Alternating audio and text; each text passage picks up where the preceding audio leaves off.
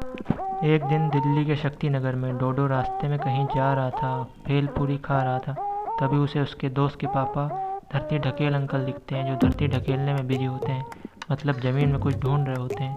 तभी डोडो को पता चलता है कि धरती ढकेल अंकल की बीवी की अंगूठी गुम हो गई है, और अगर नहीं मिली अंगूठी तो अंकल पे पड़ेगी जूती। वहीं पे एक काली बिल्ली होती है। धरती ढकेल अंकल की अगर अपनी बीवी के बाद किसी से फटती है तो वह बिल्ली से। डोडो अंकल को समझाता है कि अंकल, इवनिंग न्यूज़ में खबर छपवाने को कह दीजिए, जिससे अंगूठी मिल जाएगी।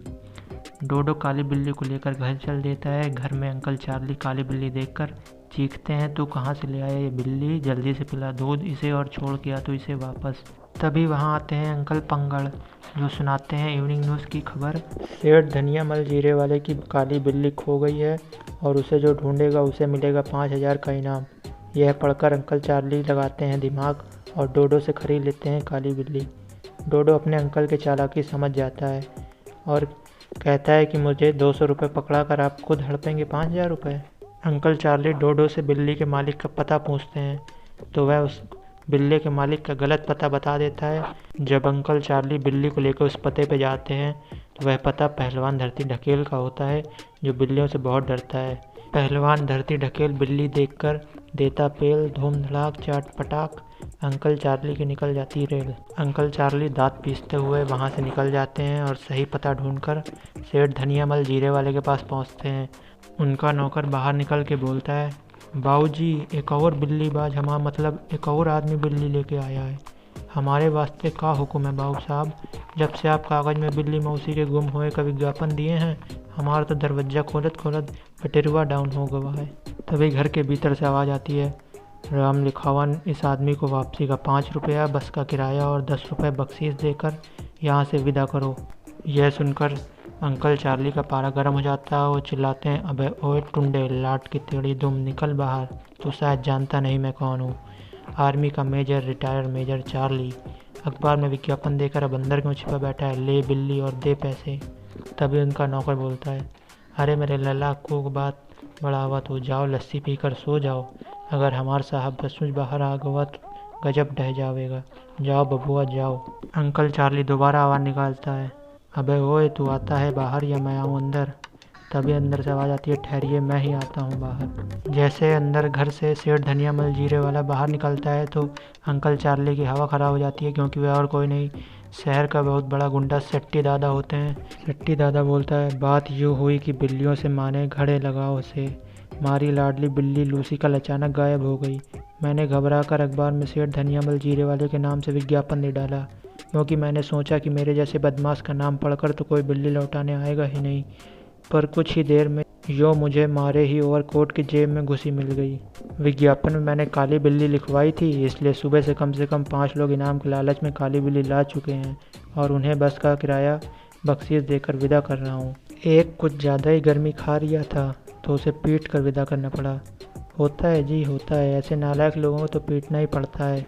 अंकल चार्ली अपना बचाव करते हुए बोलते हैं। तो अंकल चार्ली बोलते हैं, अच्छा जी, अब मुझे इजाज़त दीजिए, इसी बहाने आपके दर्शन हो गए। हाँ वो तो है ही, तुम अहले मानस हो इसलिए थोड़ा छोड़ देता हूँ, वरना मैं तो दर्शन देने के भी अच्छे खासे पैसे वसूल करता हूँ। उसके बाद अंकल चार्ली वहाँ से निकल जाता है, लेकिन डोडो अंकल चार्ली का पीछा कर रहा होता है। वह बिल्ली को वापस उठा के उसके उस पुरानी जगह पे छोड़ आता है। उसको वहाँ पे वही अंगूठी मिलती है जो उसके दोस्त के पापा पहलवान धरती ढकेल की खो गई थी। तो वह अंगूठी लेके वहाँ से चला जाता है। उसके बाद घर में अंकल चार्ली डोडो का इंतज़ार कर रहे होते हैं गुस्से में कि जैसे ही डोडो घर आएगा तो उसकी खूब कुटाई करूँगा। लेकिन डोडो भी बहुत ही चतुर चालाक होता है। वह तुरंत खिड़की से घर में घुस जाता है और सोफे में जाके बैठ जाता है। अंकल चार्ली जैसे ही डोडो को देखते हैं तो उससे 200 रुपये वापस मांगते हैं, लेकिन डोडो बिना कुछ कहे उनको 200 रुपये वापस कर देता है और अपने जेब से पैसे गिने लगता है, जो पूरे 2,000 होते हैं। तभी अंकल चार्ली के घर में एक पार्सल आता है जो डोडो ने मंगाया होता है। अंकल चार्ली डोडो पर गुस्सा होने ही वाले होते हैं कि तभी वह बताता है कि अंकल, आज आपका बर्थडे है, उसी का गिफ्ट है यह फ़िलिप्स का 2 in 1। यह सुनकर अंकल चार्ली के दिल में प्रेम उमड़ पड़ता है। ठीक तभी वहाँ डोडो का दोस्त आता है और उससे पूछता है, तुम तैयार नहीं हुए? उदास चेहरा बना के डोडो कहता है कि मेरे पास घूमने जाने के पैसे नहीं बचे हैं, जो पैसे थे उसका तो बर्थडे प्रेजेंट ले आया हूँ। यह सुनकर अंकल चार्ली का दिल पिघल जाता है और डोडो को जाने के लिए 5,000 रुपये दे देते हैं।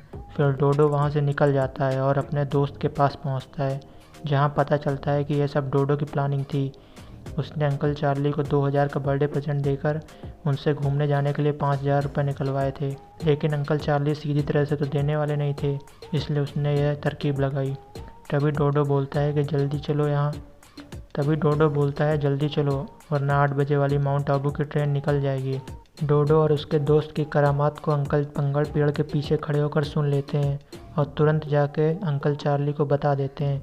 अंकल चार्ली को जब यह पता चलता है कि उनके साथ धोखा हुआ है तो वह आग बबूला हो जाते हैं और डोडो को पकड़ने के लिए स्टेशन की ओर निकल जाते हैं। पर स्टेशन पहुंचकर उन्हें पता चलता है कि 8 बजे तो क्या, पूरी रात कोई ट्रेन माउंट आबू नहीं जाने वाली। वह थक हार कर लौट आते हैं। असल में डोडो ने अंकल पंगड़ को उनकी बातें सुनते हुए देख लिया था, इसलिए उसने जानबूझकर 8 बजे माउंट आबू जाने वाली बात की थी, जबकि उसने अपना प्लान बदलकर डलहौजी जाने का कर लिया था, वह भी अगले दिन का।